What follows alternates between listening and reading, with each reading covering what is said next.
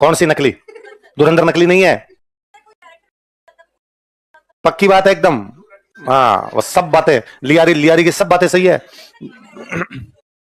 अब ये तो थोड़े, अब यूं तो कोई मूवी बनती है तो उसमें थोड़ा बहुत तो होता ही है इधर उधर। अपने हमको जानते तो मान लो आज विगराज पे मूवी बनाए तो उसमें अपने ये भी कहेंगे विगराज सुबह सुबह दरबार में उसने कहा चलो दान दिया जाए, तो अपने को देखा है कि विगराज को उसने से कहा था क्या?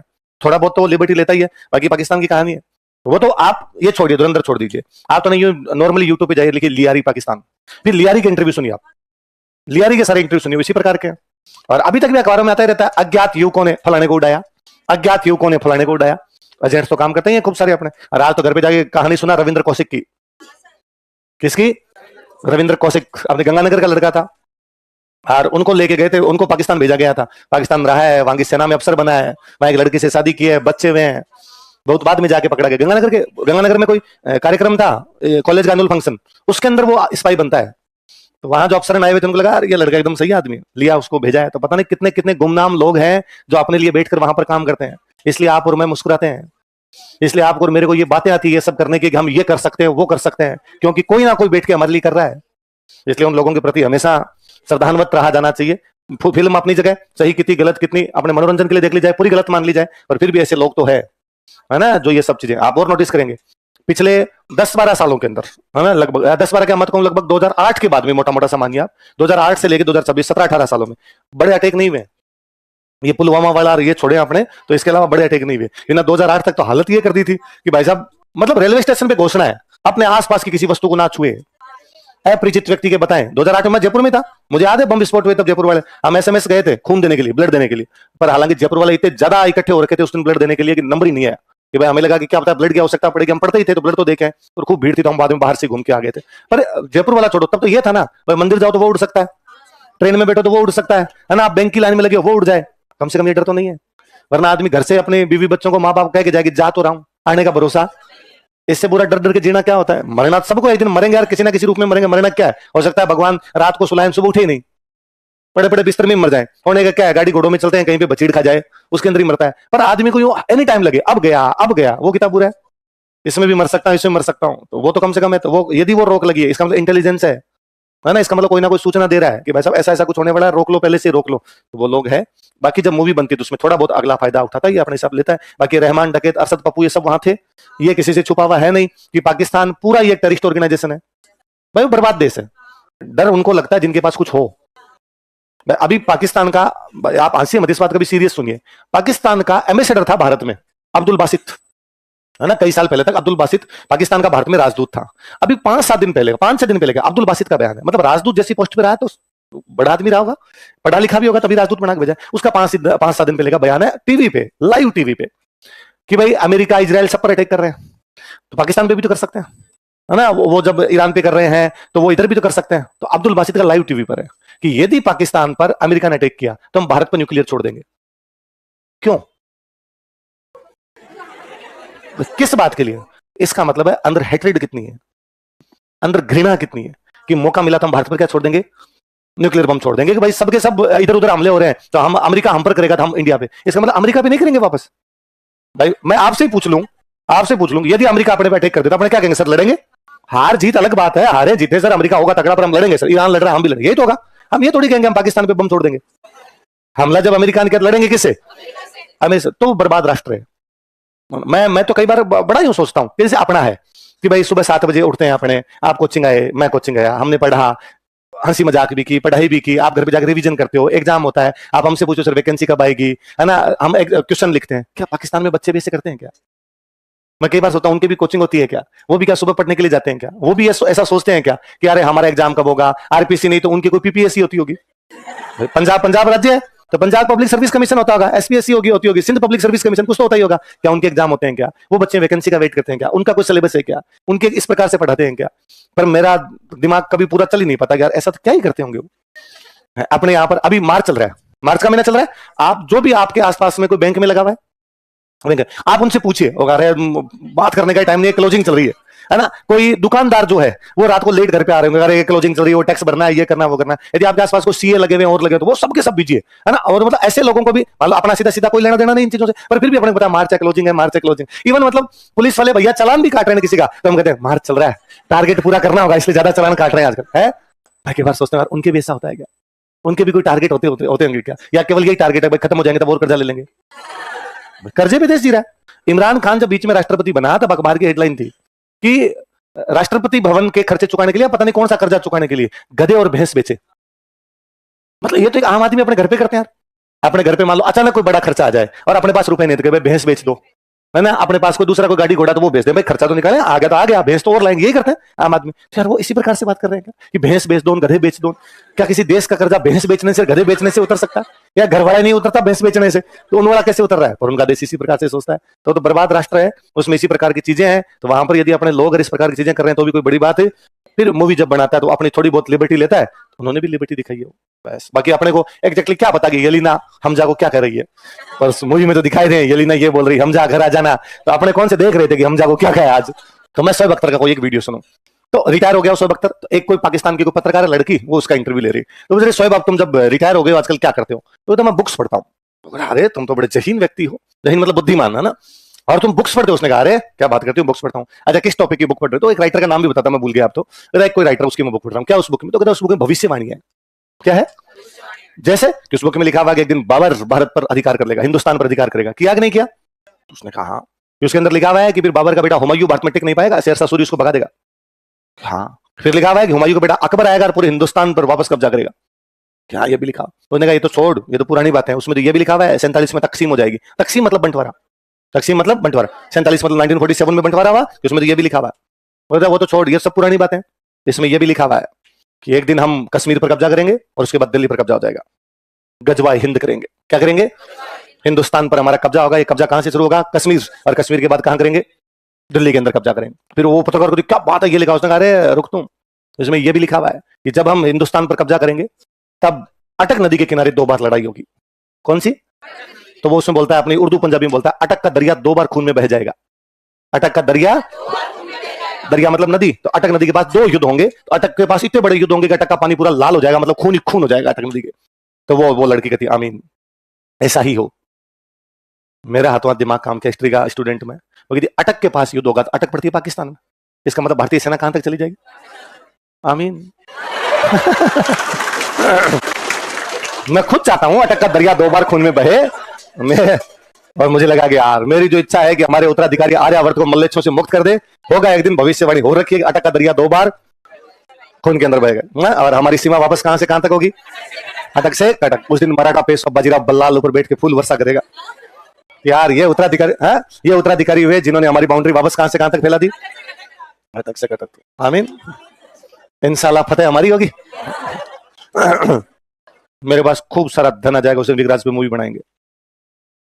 इससे अच्छा कैरेक्टर कौन हो सकता है? अब मैं तो यूं खूब सोच रखा है मैंने, मैं जिस दिन मूवी बनाऊंगा ना उस दिन तहस नहस कर दूंगा सब कुछ। मूवी को नहीं, बॉक्स ऑफिस को ना। आप लगे सर मूवी को तहस नहस कर दो, तुम्हें भी मौका देना है। बता दो कौन कौन सैनिक बनना चाहेगा उसमें? है सैनिक नहीं बनना है? चलो तो कौन कौन विगराज बनना चाहता तुम में से? चलते तिमाड़े आते तुम दोनों को। तो मेरा ये मानना है योद्धा दिखाया जाए तो डाकी टाइप का आदमी दिखाया जाए, है ना। बाहुबली देखिए, बाहुबली, बाहुबली में जो भल्लाल देव है, बाहुबली नहीं भल्लाल देव, तो विगराज थोड़ा यूं भल्लाल देव टाइप का दिखाया जाना चाहिए, है ना। क्या ये यूं शाहिद कपूर को राजा बना देते हैं, फील ही नहीं आता यार, है ना। भाई अपने यूं वो दिमाग में भी जो डाकी टाइप का आदमी था, फिर आगे इस प्रकार का था। मैं अब बुढ़ापा आ गया, मैं केवल उसका डायरेक्शन देखूंगा, मैं देखूंगा कहानी कैसे बन रही है। फिल्म का असली जो किरदार होता है उसका डायरेक्टर होता है, और जिसकी कहानी लिखता है वो होता है, ना कि हीरो होता है ना। हीरो वाला कैरेक्टर तो कोई करे। फिर तुम में से कोई राजमती, देसल देवी, जिन जिन किसी को धर्म घोष सूरी बनना हो, गजनी का खुसरो सा, कई कैरेक्टर लेने पड़ेंगे वैसा। मैंने खूब सोच रखा है कि उस मूवी का जो पोस्टर बनाएंगे मूवी का, तो उसमें यूं पीछे एक नदी बह रही हो अटक, और विगराज केवल उस पर बैठा बैठा अपनी तलवार साफ कर रहा हो कि मल्लेच्छों को कहां तक लेके गया था। मुझे क्या लगता है उसका यार वेरी फर्स्ट सीन, पहला सीन ही होना चाहिए जिसमें इधर आपके बिसलपुर का काम चल रहा है, एक शॉट के अंदर तो बिसलपुर का काम चल रहा है, अजमेर के अंदर अपने किसी कमरे में बैठ के पृथ्वीराज अपना नाटक लिख रहा है हरकेली, और उधर सरस्वती कंठाभरण के अंदर कुछ बच्चे बैठे हैं छोटे छोटे, छोटी मोटी बढ़ाए हुए, ओम भूर भुवस्सुवः तत्सर्ववितुर् वरेण्यम। यही हो अभी संस्कृत पाठशाला का मतलब है कि संस्कृत पाठशाला भी है, राजा खुद नाटक लिखता है, उधर पानी के लिए व्यवस्था की जा रही है, और इसमें तो लव ट्रायंगल हो रहे भाई साहब, दो सब कुछ कॉमेडी, ट्रेजेडी, रोमांस, एक्शन जो दिखाना है सब दिखा देंगे अपने अगला राजा है। इमेजिन कर लिया आपने? As you think so you become, जैसा आप सोचते हो वैसा बनाते हो या बनते हो। तो विगराज की तलवार बन जाएगा। विगराज हाथ में ले घूमेगा तेरे को। हाँ? खरसा कितना आएगा, खरसा तो कहेगा उतना लगा देंगे। सूरु के किले पे सांदी के गोले चला दिए गए थे।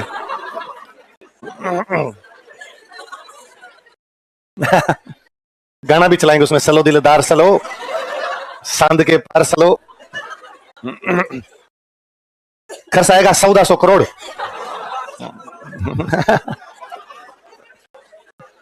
छोटा मोटा तो क्यों करे, है ना। दूध खावनी, धोबा भर भर खावनी। दोरे माथे बैठ रखावनी। हाँ, उंगली में सिर दे दिया तो फिर मुसलों से क्या ही डरना। मन के लड्डू फीके क्यों। सोचना ही है तो आदमी ढंगा तो सोचे यार। बनाए नहीं बनाए 100 बात की, दूसरी बात कोई जब सोच रखा है तो सोचे तो ढंगा है। एक तो इससे ये बात पता चलती है कि शिवाजी की पहाड़ियों पर विगराज का कब्जा है। मतलब ये हरियाणा वाला पूरा जो इलाका ये किसके पास में, विगराज। तभी तो कोई अभिलेख लगवाएगा। अच्छा, एक बड़ी इंटरेस्टिंग जानकारी है इसके अंदर। विगराज लिखवाता है अपने वाले अभिलेख में कि मैंने मल्लेच्छों को हराकर, बोलो, आर्यावृत के पार भगा दिया है। क्या लिखा है, मैंने मल्लेच्छों को हराकर आर्यावर्त के पार भगा दिया है। मैं चाहता हूं, बोलो, कि मेरे उत्तराधिकारी मल्लेच्छों को अटक नदी पार नहीं करने दे। अटक नदी पार नहीं। आर्यावर्त का मतलब वह स्थान जो आर्यों का है, मतलब भारत। मतलब भारत को मानता है हम आर्यंस हैं, भारत के लोग। और हमारा जो राज्य है उसका नाम क्या है, या हमारा जो देश है उसका नाम क्या है, आर्य। मैंने मल्लेच्छों को भगा दिया। मल्लेच्छ मतलब आर्यावर्त के उत्तर के लोग। मल्लेच्छ मतलब नीच। मल्लेच्छ का मतलब अपने लिए क्या था, नीच। अच्छा, नीच किस मामले में, जो हमारी संस्कृति को नहीं मानते वो। मतलब जो मंदिरों को तोड़ते हैं, मूर्तियों को तोड़ते हैं, गाय को काट के खा जाते हैं, उनको आपने क्या कर दिया, सबको मल्लेच्छ। मल्लेच्छ कह दिया। मल्लेच्छ आदमी हमारे से इनकी संस्कृति का कोई लेना देना। तो कहता है हमारी संस्कृति मतलब आर्यावर्त की जो संस्कृति है उसमें मल्लेच्छ घुसने नहीं चाहिए। तो मेरे उत्तराधिकारी उनको क्या ना क्रॉस करने दे। इसका मतलब आर्यावर्त की बाउंड्री कहां तक है, कहां तक है। अब ये 1154-55 के आसपास का अभिलेख है ना। अब ये अभिलेख कहता है कि भाई मैंने मल्लेच्छों को हराकर भगा दिया है और वो इनको क्रॉस ना करने दे। 1150 मान लो, मोटा मोटा 1150 के आसपास का अभिलेख। जंगलधर बादशाह की उपाधि वाला जो है ना, वो 500 साल बाद में 1650 के आसपास है। मतलब 500 साल तक हमें ये पता थी इस बात का कि हमारी बाउंड्री क्या है। अच्छा, उस जंगलधर बादशाह से 100 साल पहले, हम आगे पढ़ेंगे, अभी बूंदी पढ़ेंगे तब। बूंदी का एक राजा हुआ था सुरजन। कौन हुआ था, वो अकबर के साथ में संधि कर लेता है। तो अकबर से संधि करता है तो अकबर से लिखवाता है कि मैं, तू जहां कहेगा वहां लड़ने के लिए चला जाऊंगा। भाई संधि का मतलब क्या, अकबर जहां कहेगा लड़ने के लिए जाना है, पर मैं अटक नदी पार नहीं करूंगा। क्या पार नहीं करूंगा, अटक। तो मतलब विगराज 1150 के आसपास, 1550 के आसपास में सुरजन, 400 साल बाद में, और उसके भी 100 साल बाद में 1650 के आसपास बीकानेर वाला कर्ण सिंह। उसके भी आप कर्ण सिंह से भी थोड़ा सा पहले बीच में एक शाहजहां का सेनापति होता है, मैं नाम बोल रहा हूं। वो शाहजहां का सेनापति इस बात पर शाहजहां की नौकरी छोड़ देता है कि अटक नदी पार नहीं करूंगा। कौन सी नदी, अमर सिंह राठौर था, नागौर वाला अमर सिंह राठौर। फिर वो अमर सिंह के पास आ गया था, अमर सिंह ने उसको अपना सेनापति बना लिया था। मैं राजस्थान गया था, शाहजहां का मनसबदार था, 2000 का मनसबदार था, और शाहजहां ने उसको कहा अटक पार करके जाना है। उसने कहा ना, तो तू मेरा मनसबदार जाना पड़ेगा। उसने कहा ये पकड़, अपने को चाहिए नहीं मनसबदारी। वापस आ गया था, और यहाँ अमर सिंह ने बाद में उसको अपना सामंत बना लिया था। पहले आपका वो विगराज के बाद में सुरजन के बाद में शाहजहां वाला सेनापति के बाद औरंगजेब के टाइम में जंगलधर बादशाह कर्ण सिंह। और कर्ण सिंह के लगभग 70-80 साल बाद में बाजीराव है, मराठों वाला बाजीराव, जो कहता है कि मैं मराठों का झंडा अटक से कटक। कुल मिला के 100 बात की एक बात है कि कितने वर्षों तक भारत के लोगों के दिमाग में था कि हमारी बाउंड्री अटक है। हमारी बाउंड्री क्या है, है ना। एक वो कई बार है ना कि लोग कहते हैं भाई भारत के लोगों को इतिहास की जानकारी नहीं थी, भारत के लोग इतिहास में रुचि नहीं रखते थे। यार इससे ज्यादा जानकारी क्या होगी कि उन लोगों को एक्जैक्टली पता था कि हमारी बाउंड्री कहां तक है, अटक तक है। और इन जो भी इधर से आ रहे हैं इनको अटक नदी पार करने नहीं दे। पिछले 70-75 साल के अंदर हमारी वो चेतना गायब हुई है। अब हम कहते हैं हमारी बाउंड्री बाघा बॉर्डर है। हमारी बाउंड्री क्या है, बाघा बॉर्डर का है। 47 में एक लाइन खींची और 47 की लाइन में कह दिया गया पाकिस्तान अलग और भारत है अलग। तो अब हमारी बाउंड्री क्या हो गई, बाघा। और बाप दादों के टाइम से तो बाउंड्री कौन सी है। अच्छा, जब वो कहता है, आपका सुरजन भी कहता है मैं अटक नदी पार नहीं करूंगा, इसका मतलब ये नहीं है सुरजन के कब्जे में अटक नदी है। सुरजन के कब्जे में नहीं, सुरजन के कब्जे में तो बूंदी है। पर वो इस बात को जानता है कि भारत की सीमा क्या है। इसका मतलब वो ये भी जानता है कि हमारा देश कौन सा है, बूंदी तो नहीं है ना। जो जब लोग ये आके कहते हैं कि साहब भारत तो अलग अलग टुकड़ों में बंटा हुआ था, भारत नाम का देश कहां था। कितनी चेतना है हमारे में, हम इस बात को एग्जैक्टली जानते हैं कि हमारा देश कहां से कहां तक फैला हुआ है। हम उसके भाग हैं, हम उसके टुकड़े हैं अलग अलग। किसी का राज कहीं पर भी हो सकता है, आज भी तो राज्य है। पर फिर भी हमारी ये पूरा भौगोलिक एक क्षेत्र जो है कि वहां अटक से लेके कटक तक, ऊपर कश्मीर से लेके कन्याकुमारी तक, हिमालय से लेके नीचे हिंद महासागर तक, और इधर आपका बंगाल की खाड़ी से लेके अटक तक, ये जो पूरी की पूरी बाउंड्री बनती है हमारी है। तो हमारे दिमाग में थी, सब कुछ बातें दिमाग में थी। ये जो कई बार बातें इतिहास में की जाती है ना कि भारत तो अलग अलग टुकड़ों में बंटा हुआ था, उन लोगों को राष्ट्र नाम की कोई अवधारणा का पता नहीं था। ये तो बात बहुत बाद में आके फलाने राजा ने एकजुट किया, ढींगड़े राजा ने एकजुट किया था, भारत के लोगों को एकता का एहसास हुआ। अब तो एकता का एहसास गायब हुआ है। पहले हमारे था, हम सबको पता था कि हमारी सीमा कहां से कहां तक है, अटक से कटक तक है। अब पिछले 70-80 सालों में हमने बताना शुरू किया कि हमारी बाउंड्री कौन सी है, तो बच्चों हमारी सीमा बगा बॉर्डर नहीं है, हमारी बाउंड्री अटक से, ठीक है। 1947 के बाद में 3 पीढ़ियां निकल गई, 3-4 निकल गई ज्यादा, परदादा जी वाली, दादाजी वाली, पापा वाली और अपने वाली। अपने 4 ने ये बातें करनी शुरू की है। मैं चाहता हूं कि अपने जो उत्तराधिकारी होंगे, है ना, शायद कोई बहादुर लोग आएंगे, अपने थोड़े से निबड़े पड़े हैं, अपने थोड़े से कमजोर पड़े हैं, आने वाले उत्तराधिकारी शक्तिशाली होंगे और वो वापस आर्यावर्त को किससे मुक्त कर देंगे? मल्लेच्छों से मुक्त कर देंगे और हमारी सीमा वापस कहां से कहां तक होगी? अटक से। मैं क्या क्रिकेट का यूं खूब शौकीन हूं भाई, पहले खेलता तो इतना नहीं था, पर देखने का, उसके बारे में जानने का खूब अच्छा यूं रखता हूं। तो शोएब अख्तर पाकिस्तान का एक बॉलर है, वो मेरा हमेशा से फेवरेट भी रहा कि अरे यार बड़ी तेज बॉलिंग करता था। तो अब मैंने कोई कोरोना के अंदर शोएब अख्तर के कोई वीडियो सुन ली होंगे 1-2, तो वो मोबाइल की फीड तो कहती है कि आप जो सुनते हो बार बार वही दिखाता है। उसको लगता है कि इसका फेवरेट आदमी यही है, तो सारे दिन वही दिखाएगा। इसलिए मोबाइल का डेटा बंद रखा करो। मोबाइल आपकी बातें सुनता है, मोबाइल आपकी। आप तो ना एक दिन एक काम कीजिए, आप मोबाइल का डेटा ऑन करके फोन पे किसी से बात कीजिए, अपने दोस्त से बात कीजिए और नॉर्मली बात कीजिए कि यार मेरे को जूते खरीदने थे नए, है ना, ये नाइकी वाले अच्छे आ रखे हैं क्या? आपका दोस्त नहीं नहीं एडिडास वाले ले यार, एडिडास वाले ज्यादा अच्छे हैं दौड़ने में। आप अगर मेरे को दौड़ने वाले लेने थे, कौन से कंफर्ट ज्यादा रहेंगे? वो प्यूमा वाले होगा? अरे नहीं वो तो एकदम ही सही नहीं है दौड़ने में तो तेरे को रिबॉक वाले लेने पड़ेंगे। आप फोन रख दीजिए, 10 मिनट बाद आपके पास मैसेज होंगे। आप अपना कुछ भी आप सोशल मीडिया संभालिए, यदि आप फेसबुक चलाते हैं तो फेसबुक, इंस्टा चलाते हैं इंस्टा, या जो कुछ आप सोशल मीडिया पे चलाते हैं, यूट्यूब, आपके पास मैसेज होंगे, जूतों के। उसने बात सुनी है, उसने बात सुन के जूतों वाली कंपनी को इसको चाहिए।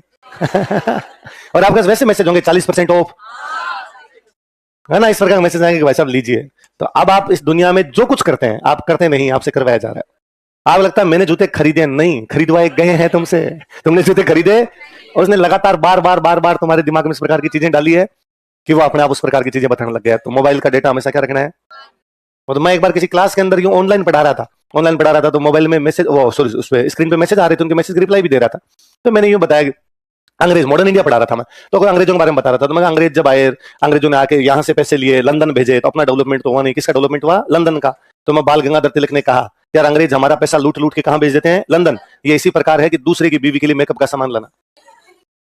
आदमी पैसा कमाता है खुद और पड़ोसन के लिए मेकअप का सामान लाता है। तो भारत वाले भारत के लिए कमाते हैं और भरते किसके लिए हैं? लंदन के लिए। तो यूं, अब वो क्या ऑनलाइन था, बच्चे घर पे बैठे बैठे देखते थे, कोरोना का टाइम था, तो बच्चों के उधर से मैसेज आने शुरू हुए, सर मेकअप में क्या क्या था, तिलक ने मेकअप में क्या क्या बताया। तो मैंने यूं 2-4 मिनट और उनसे, अब आमने सामने होता तो अपने खूब सारी बातें कर लेते, उसमें बातें करने का कुछ होता नहीं था। तो मैंने अरे मैं लिपस्टिक मंगवाई होगी, नॉर्थ क्या मंगवाया होगा, यूं 2-4, सर आपको कौन कौन सी लिपस्टिक का पता है? अच्छा, फिर क्या, क्लास में जल्दी से बच्चे की पूछने की हिम्मत नहीं होती। ऑनलाइन में तो उसने अपना नाम बना रखा अलाउद्दीन खिलजी, है ना, आईडी उसने रानी लक्ष्मीबाई नाम से बना रखी है। तो अब भले कुछ ही पूछे ना, क्या फर्क पड़ता है। अब तो मैंने 1-2 मिनट लिपस्टिक पे बात कर ली। भाई साहब मेरे पास लिपस्टिक की मैसेज है। मैं क्या गलत आदमी को मैसेज भेजे जा रहे हैं? तो मोबाइल पूरी पूरी आपकी बातें सुन लेता है। तो हम